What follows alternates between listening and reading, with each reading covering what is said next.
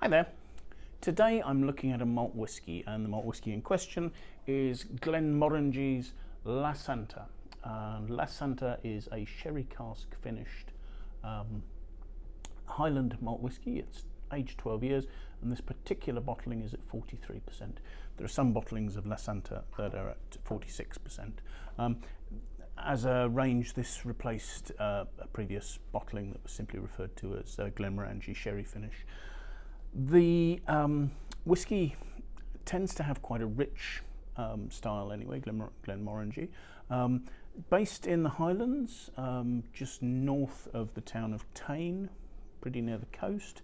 The whisky has been aged predominantly in bourbon barrels, which will give richness, but then finished off in sherry casks, so casks that had previously held Oloroso and Pedro Jimenez sherries. So Oloroso, rich, complex, nutty style, sometimes sweet, sometimes dry, and then the Pedro Jimenez, very sort of sweet and raisined notes. So this should add roundness and fullness to the whisky. Glenmorangie, originally the distillery was founded in 1843. It's famous for having some of the tallest stills in Scotland.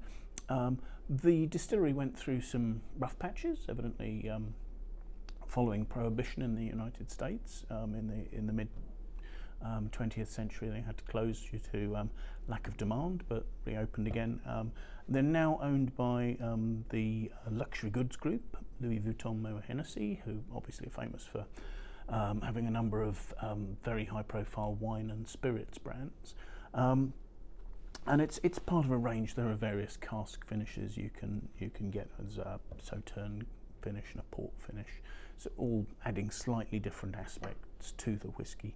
So to look at it, first of all, I'll just add a tiny drop of water and that just breaks up the surface of the whisky and helps release the aromas. So what you've got there is a lovely sort of heathery style, but there's sweet richness, there's caramel notes in there, perhaps a note of sultana, perhaps notes of candied peel, a little bit of lifted orange skin, mandarin orange, that sort of quite high-toned note there. Colour, should probably noted that first. Beautiful deep amber, a lovely liveliness there.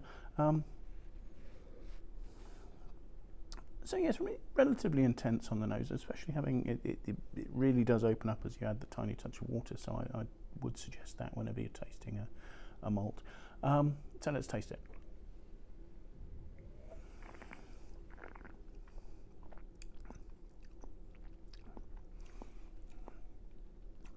There's a sort of a richness to this that's lovely, obviously beautifully smooth. Fairly fiery alcohol at the finish, but for the fact that it's got this lovely roundness before that. So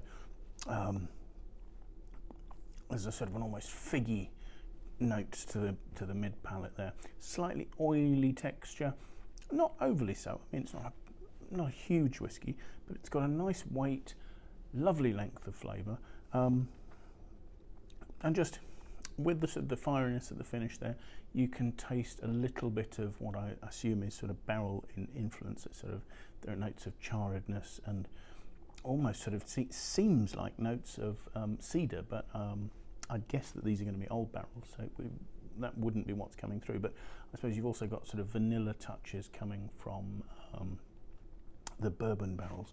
So yes, a really sort of classic, fairly weighty, nicely rounded malt.